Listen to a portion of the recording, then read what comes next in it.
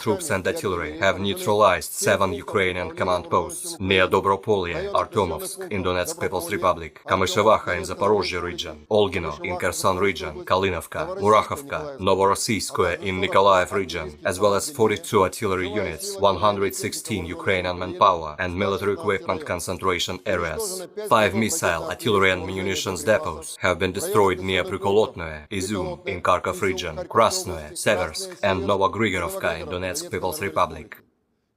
Air defense facilities have shut down 12 Ukrainian unmanned aerial vehicles near Snigirovka and Ternovye Pody in Nikolaev region, Zemlyanki, Kamenka, Novopetrukovka, Kirillovka, Nikolaevka, Staromlinovka in Donetsk People's Republic, Maxim Gorky, Petikatki and Chkalovo in Kherson region, as well as near Smeloe in Zaporozhye region. Moreover, 2.U ballistic missiles have been destroyed in the air near Perevalsk in Lugansk People's Republic and Donetsk